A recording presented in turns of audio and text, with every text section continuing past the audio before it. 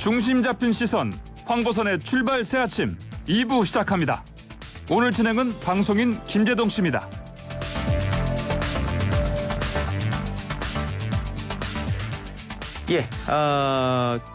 김종인이 앞장선 선대위냐, 김종인이 없는 선대위냐 이런 얘기들이 나오고 있습니다. 언론에. 갈림길에 선 국민의힘 선대위.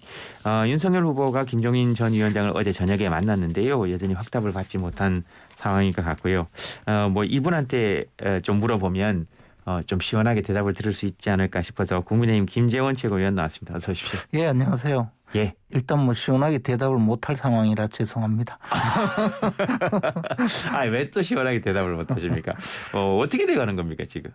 아니, 김종인 위원장께서는 기본적으로 정권 교체가 필요하고 정권 교체에 헌신하겠다는 생각을 확고하셔요. 아, 그렇습니까? 그래서 그런 입장에서 본다면 분명히 이제 우리 선대위에 합류하시고 또 총괄 선대위원장을 맡아주실 거라고 저는 확신을 갖고 있는데, 네. 다만 그 과정이 아직까지 좀 약간 김종인 위원장의 생각은 그 선대위가 시작을 하면 이게 전투사령부처럼 일사불란하고 확고한 어떤 의사 전달과 그 전국 단위로 움직이는 네. 그러한 관계가 되어야 되는데, 지금 자신이 그렇게 일할 환경은 좀 되지 않는다는 생각이 강해서 그래서 조금 이제 좀 참여를 주저하시니까 그런 면에서 제가 구체적으로 뭐라고 다 말씀드릴 수는 없거든요. 내부 사정을. 그래도 제일 잘하시는 분 아닙니까, 김재원 의원이? 제가 이제 2008년부터 네. 김종인 위원장께서 이런저런 이야기도 많이 하시고 또 불러서 말씀도 많이 하시고 해서 한 2008년 이후로 쭉 잘 모시고 있었죠. 그래서 우리 당에서는 좀 제일 많이 접촉을 한 입장입니다. 네. 알겠습니다. 제일 궁금한 거는 이제 그런 겁니다. 윤석열 후보. 네. 그리고 김종인 전 위원장. 예. 두 분이 뭐가 지금 안 맞는 겁니까? 아니면 맞는 가운데로 조율해 나가고 있는 겁니까? 그러니까 자리 배분이나 김병준 선대위원장 자리 배분이나 이런 것들 때문에 그런 겁니까? 아니면 전반적으로 방향이 안 맞는 겁니까? 전반적으로 다 맞아요. 전반적으로 다 맞다. 다 맞고 한데 네. 이제 아까 말씀드렸다시피 총괄 선대위원장으로서 네. 내가 역할을 제대로 해서 이 선거를 다 이끌어서 윤석열을 당선시키고 싶은데 그 역할을 좀 못할 장애 요인이 있다 이런 말씀이죠. 구체적으로 그 부분을 다 말씀드리기는 조금 어려운데. 윤석열 후보가 받기 어려운 부분이 있는 겁니까? 하여튼 복합적인데요. 곧 해결되리라고 저는 생각하고요. 오늘도 저녁 때 찾아뵙기로 했습니다. 또 그렇습니까? 가서 이런저런 말씀 쭉 들어보고 해야죠. 또 가서 또. 네, 그리고 또 어떻게 보면 문제가 쉽게 풀릴 수도 있지만 자꾸 이렇게 꼬이면 이 사람의 그 마음을 합쳐가는 것은 딴 것보다 훨씬 힘들잖아요. 예컨대 우리가 이제 계산을 할 문제라면 내가 조금 더 주면 되고 그렇죠. 그런 건데 마음을 합쳐가는 문제는 그보다는 조금 더 어렵거든요. 그래서 감정이 상하게 되면 힘들잖아요. 그게 그죠? 감정이 상한 상태는 아니에요. 그러니까 지금 말씀하신 그래서 것처럼 혹시 그냥 이대로 가면 감정이 상해버리면 해결이 안 되거든요. 그렇죠. 지금 말씀하시는 게 지금까지는 그런 게 아닌데 마음을 합쳐가는 과정이 더 어렵다는 것은 마음을 합치는 과정이 안 되면 감정이 상할 수 있으니까 그러니까요. 그 상태까지는 안 갔다. 근데 이제 후보자도 그렇고 김종인 위원장도 그렇고 굉장히 또 성품이 강한 분들이거든요. 그런데 이제 조금 이분들의 생각을 좀 조화시키는 사람들은 스스로 좀 희생을 할 각오를 하고 체면 이런 거 따지지 말고 좀 잘 가서 이야기도 하고 듣고 또 해야죠. 지금 본인 얘기하시는 거죠? 이때 중요한 것이 이제 거강꾼이 필요해요. 거강꾼의 애환도 좀 누가 좀 들어주고 하면 좋을 건데 그죠? 제가 그런 일 많이 했어요. 그래요? 거강꾼 얘기를 하셨으니까 이렇게 거강꾼이 있어야 될 만큼 사실 김종인 전 위원장의 위치나 이런 것들에 대해서는 사람들도 여러 가지 평가를 내리고 있습니다만 아주 원론적인 질문인데요. 왜 이렇게 김종인 전 위원장이 필요합니까? 저는 이제 2012년도 박근혜 전 대통령 그 선대위에서 김종인 위원장이 일하시는 걸 봤고 그 전에 2008년도 이제 17대 국회의원 그만둘 때 김종인 위원장이 그때 이제 저하고 같이 국회의원이었거든요. 근데 이제 둘 다 이제 국회의원을 그만두는 그런 상황이었는데 하루는 우연히 저를 좀 부르시더니 이런저런 말씀을 하셨어요. 네. 그리고 그로부터 이제 한 4, 5년 동안 쭉 교류를 하고 2012년도 박근혜 후보의 선대위에서 일하실 때 제가 그 밑에서 총괄 간사 중에서 총괄하는 총괄 간사로서 일을 하기도 하고 그 이후에도 지금까지 쭉 겪어봤는데요. 우리 당이 갖고 있는 이 정치적인 위치는 보수 정당이에요. 네, 그렇죠. 그리고 보수 정당이라고 하는 것이 어쨌든 과거에는 안보를 중시하는 뭐 안보 중시하는 보수 정당이라는 것은 우리가 전쟁을 많이 겪었고 북한과의 대치 상황이니까 그 안보에 관심을 갖고 안보를 걱정하는 많은 분들 대변하는 정당인데 지금 이제 경제적으로 보수 정당 그 시장주의를 주도하는 그런 의미로 조금 이제 진화가 되었죠. 근데 그러나 이 보수 정당만으로 집권하기가 언제든지 항상 사회 전체의 그 이슈에 좀 따라가기가 어려운 경우가 많거든요. 그래서 선거 때는 보수나 진보나 모두 실수한 측면들이 있었기 때문에. 그래서 선거 때는 이제 중도를 끌어오겠다고 많이 하지 않습니까? 확장을 해야 되니까. 그런데 그 분야에서는 김종인 위원장이 탁월한 통찰력과 지도력을 갖고 있어요. 그러니까 우리 당은 안보 보수, 경제 보수의 어떤 주장만으로 선거를 치르려고 하다가도 중도에 대해서 눈을 돌리면 김종인 위원장 같은 분이 지도를 하면 지휘를 하면 좀 낫겠다 해서 또 그동안에 성과가 많았거든요. 그러니까 이제 선거 때 되면 김종인 위원장을 모셔오자 했고요. 네. 이번 상황은 그것을 넘어서서 이미 대통령 후보가 이미 대통령 후보가 총괄선대위원장으로 발표를 해버렸거든요.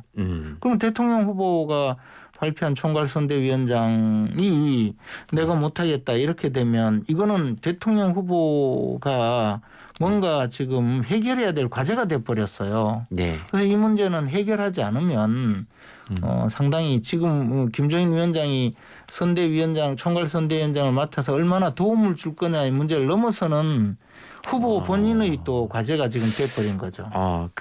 지금 말씀하신 걸 조금 이어서 얘기하면 만약에 김종인 선대위원장이 물론 지금 200% 확신하신다고 그러시고 오시면 좋은 입장인데 안 오신다면 윤석열 후보에게도 타격이 될 수 있다. 지금 이제 그런 상황이 됐다 이런 말씀을 하시는 거네요. 그러니까 그 타격이 어느 정도인지는 앞으로 봐야 되겠지만 볼 수도 있고 또 전혀 타격이 없고 어떤 분들은 또 김종인 위원장 같은 분 안 계시는 것이 낫다. 왜 신인이 그렇게 분들을 올드한 분들을 모시느냐라고 반론을 제기할 분들도 분명히 있어요. 또 실제로 있기도 하고 그러나 이 과제 그런 반론에 대해서는 어떻게 생각하십니까? 아니 그런 이제 사람들은 다양하니까 어차피 다양한 사람들을 표를 모아야 되기 때문에 그런 분도 있고 이런 분도 있지만 그것을 떠나서 지금은 윤석열 후보가 첫 번째 인사인데 그 인사의 인사가 소위 그 인사가 시작이 되면 이제 대통령으로서의 그 직무 어떤 권위의 문제가 생기잖아요. 대통령 후보가 대통령이 되었을 때 권위 문제가 있다고 보거든요. 그러면 이 문제는 빨리 관철을 시키고 넘어가야 그 다음 단계로 갈 수 있는데 아니면 계속 대통령 후보의 동정이 아니라 김종인 위원장의 동정이 나타난단 말이죠. 그렇죠. 지금 이렇게 보면 사실 누가 후보인지 헷갈릴 수도 있거든요. 잘못하면. 그러니까 문제가 된다는 거죠. 지금 말씀하신 거죠. 그렇죠? 네. 아무래도 포커스가 후보 개인에게 맞춰줘야 되는데 그렇죠? 포커스가 분산되고 있고 그렇죠. 김재원 의원이 말씀을 하셨으니까 이제 그렇게 여쭤보는 건데 그러니까 지금 보고 계시는 것은 이 문제를 빨리 해결하지 않으면 아까 지금 말씀하신 걸 종합하면 대통령이 됐을 때 인사가 굉장히 중요한데 그 인사 조율 능력도 중요한 거잖아요. 이 문제를 해결하는 걸 봐야 사실 그 능력도 예견할 수 있는 거다. 지금 그것까지 포함이 돼 있는 거네요. 그죠? 그러니까 이제 그 문제가 별거 아닌 걸로 넘어갈 수도 있고 또 더 나아가서 아까 말씀드렸듯이 네. 뭐 윤 후보 결단력이 있네. 그래 네. 뭐 저 조금 문제 있는 사람은 그냥 과감하게 치네 자르고 가네.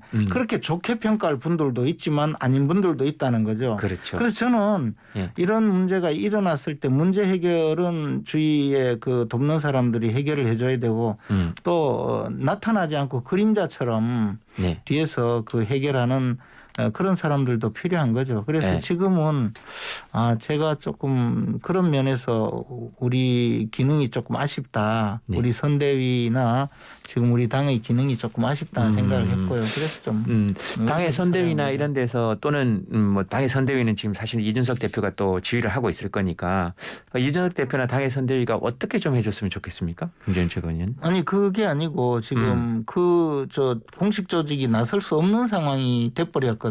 네. 그러니까 이제 뭐 또 저 같은 사람이 나서서 예.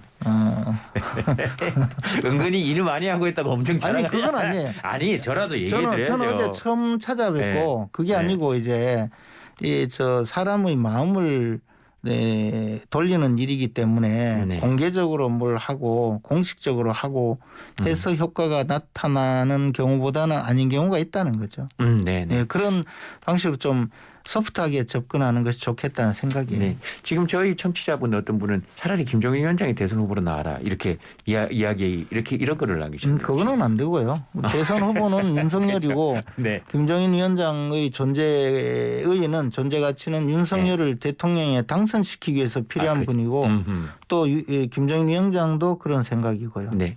근데 이런 두 분의 힘겨루기 같이 지금 바깥에는 비춰지고 있잖아요. 그게 네. 사실이든 사실이지 않든 인선 문제나 이런 것이 사실 별로 좋지는 않죠. 당연히 예. 그래서 이제 그 문제를 해결해야 된다는 것이고요. 예. 흔쾌히 수락하고 헌신적으로 돕는 모습이 있다면 지금보다 훨씬 좋은 모습으로 보이리라고 생각해요. 네. 그렇게 지금 왜냐하면 사람들도 지켜보면서 이게 오래 가면 뭐든지 오래 가면 피곤해 보이잖아요. 그렇습니다. 그죠? 예, 예. 맞습니다. 그거 하나만 좀 여쭤보겠습니다. 사실은 김종인 전 위원장이 보수나 진보로 왔다 갔다 하면서 그쪽에 조금 부족한 부분들을 채워온 것은 또 부인할 수 없는 사실이잖아요. 네.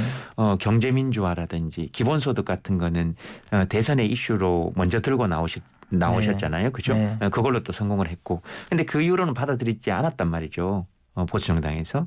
만약에 김종인 전 위원장이 들어와서 또 새로운 그런 가치들을 하면 선거 때만 하고 그다음에 또 받아들이지 않을 수도 있잖아요. 근데 이번엔 그렇지는 않을까요? 사실은 이제 경제민주화의 그 기본 이념은 우리 당이 과거보다 훨씬 많이 받아들여서 네.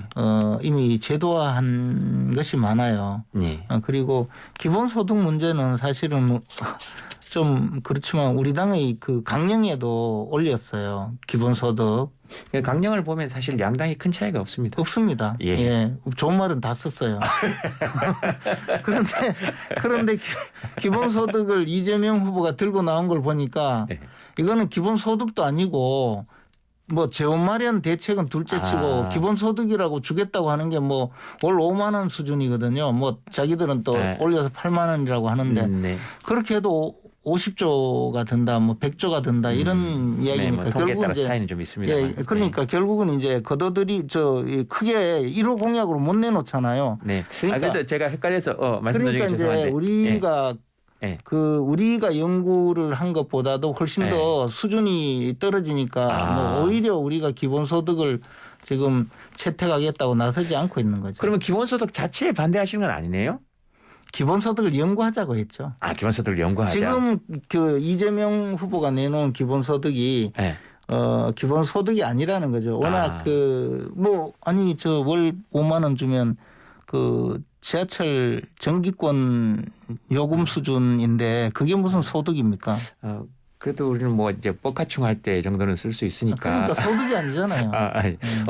어쨌든 뭐 그 얘기 논의하고 그래서 제가 헷갈려서 여쭤본 것은 기본소득은 먼저 사실은 김종인 전 위원장이 그리고 헌법 그때 당내 이슈로 이런 좌파적 가치도 우리가 모두 다 올려놓고 검토를 하자 했는데 크게 뭐 효과가 없다는 판단. 기본소득은 좌파적 가치라기보다 헌법 119조에 지금 명시되어 있는데 헌법에 명시되어 있는 사항은 좌우를 넘어서서 해야죠. 헌법에 기본소득은 명시되어 있잖아요. 기본소득이 아니라 경제민주화죠. 경제민주화 부분인데 그래 네. 경제민주화의 구체적 가치가 뭐냐 네. 그 부분에 대해서 많은 논란을 거친 끝에 네. 이 제도화도 하고 입법화도 하고 네. 하고 있는 거죠. 네, 그렇죠.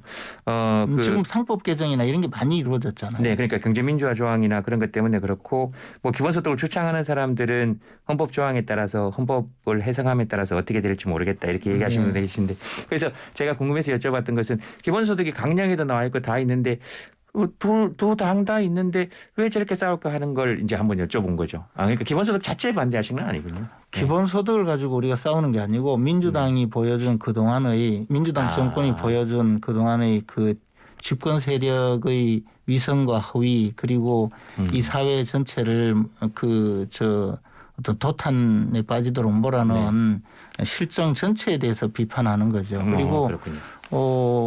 우리가 솔직히 그 문재인 대통령이 과정은 정의롭고 기회는 공평하고 결과는 정의롭고 과정은 어쩌고 잘 모르겠는데 그게 하나도 이루어지지 않고 조국 같은 분이 나타났잖아요. 네. 표창장 위조해가지고 시험도 안 치고 의과대학 가고 그런데 그것이 또 옳다고 아직까지도 조국 강을 건너네 마네 하는 이야기를 할 정도인데 그런 나라를 만들었으니까 우리 국민은 쏘갔다. 상식과 공정한 가치가 통하는 나라를 만들자 이렇게 하고 있는 거죠. 알겠습니다. 기본소득은 문제가 아니죠. 그렇죠. 그 말씀을 하셨으니까 제가 여쭤봤고 그 마지막 부분 얘기하실 때 또 주먹을 불끈 쥐고 얘기하시는 모습 보니까 정권 교체는 반드시 이루어져야 됩니다. 알겠습니다. 그 말씀 꼭 하시고 싶어 하시는 것 같아요. 김재동 선생님은 동의하지 않겠지만 정권 교체는 꼭 이루어져야 됩니다. 제가 동의하는지 안 하는지 어떻게 아십니까? 나중에 표 찍어서 한번 보내주세요. 진짜요? 예. 그거는 술 한잔 살게요. 비밀 선거의 원칙에 위배되니까. 그러니까 몰래 그러면 제가 우리 둘만 보고 술 한잔 살게요. 알겠습니다. 네, 고맙습니다.